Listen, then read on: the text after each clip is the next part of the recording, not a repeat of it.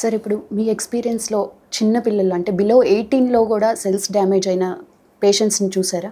2 సంవత్సరాలు 3 సంవత్సరాల పిల్లల్లో క్యాన్సర్ వచ్చిన వాళ్ళని చూశానమ్మా. కడుపు తరుక్కుపోతుంది.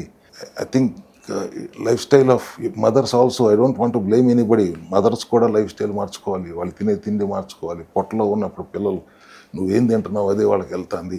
You have to change your life style. Everybody have to change your life styles. Diabetic వాళ్ళు టైప్ 1 డయాబెటీస్ పేషెంట్లు ఎంతమంది ఉంటున్నారు చిన్నపిల్లలు? పుడతమే కళ్ళజోడుతూ పుడుతున్నారు అన్నట్టుగా ఉంది కదా వాళ్ళు చాలామంది పిల్లలు. అవును.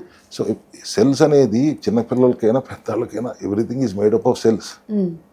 సో చిన్నపిల్లల్లో కూడా ఇవాళ ఇంత ఇబ్బంది వస్తుందంటే the way you are taking care of your children is also changed. అంతకుముందు మళ్ళీ అంత ఎవరి పనిలో వాళ్ళు బిజీగా ఉంటున్నారు.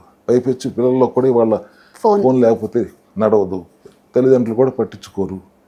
బయటికి వెళ్ళి ఆడుకోవాల్సింది ఇక్కడ ఆడుకుంటున్నారు. డిజిటల్ స్క్రీన్ టైం ఎంత ఇబ్బంది పెడుతుంది.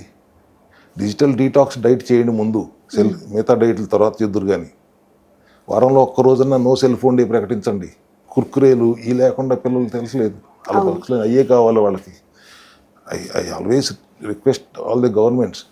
మరి ఆల్కహాల్ అడ్వర్టైజ్మెంట్లు రానివ్వట్లేదు. సిగరెట్ అడ్వర్టైజ్మెంట్ వచ్చిందంటే ఇంజురీస్ టు హెల్త్ అని పెడుతున్నారు.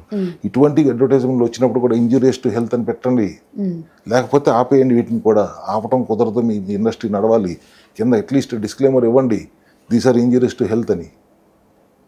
మేము ఒక్కడే మాట్లాడుతూ ఉంటే కుదరదు కదా, అందరూ సహకరించాలి.